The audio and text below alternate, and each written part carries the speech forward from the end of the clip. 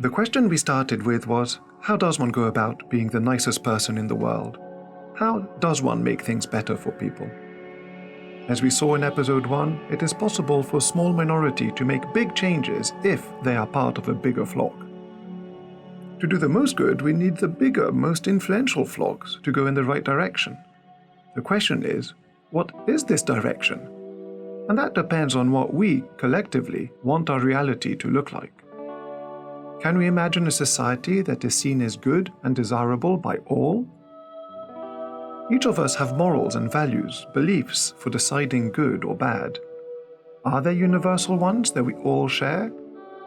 Whereas values are beliefs that come from within, morals are social rules which are learnt.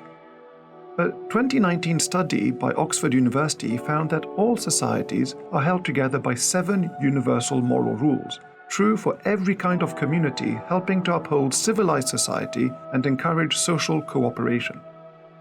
The universal rules of morality that the study found are: help your family, help your group, return favors, be brave, defer to superiors, divide resources fairly, respect others' property. So, we do all agree, a good society is one which promotes helping your family and group, where favors and good deeds are rewarded and people bravely stand up and face danger or difficulty, where the experience and insights of superiors are valued, a society where resources are divided fairly and others' property is respected. It seems to me that disagreement occurs when we try to impose morals on others which are not in this list. Some groups may feel like social equity or worship are core morals, but these are not found to be true in all societies. When defining what our shared reality should look like, it seems important to focus on what is universally true and resist the temptation to add to the list. That is not to say that all societies should limit themselves to these morals, just that these are the common myths which we all share and therefore serve as strong foundations. However, the individuals who make up societies are not just motivated and guided by social morals, they also have personal values. The theory of basic human values identifies 10 basic values that people in all cultures recognize. These can be organized into 4 groups: conservation, openness to change, self-enhancement, self-transcendence.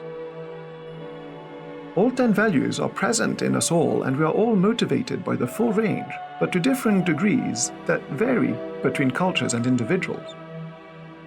Each of the values can be engaged in us if it is triggered. When reminded of security, we are likely to take fewer risks. When power and achievement are brought to mind, we are less likely to take care of others' needs. And this happens many times a day as we move from situation to situation. The more often any one value is engaged, the stronger it becomes, like a muscle. Values influence each other in push-pull ways. Engaging one value activates its neighbors, whilst at the same time suppresses its opposites.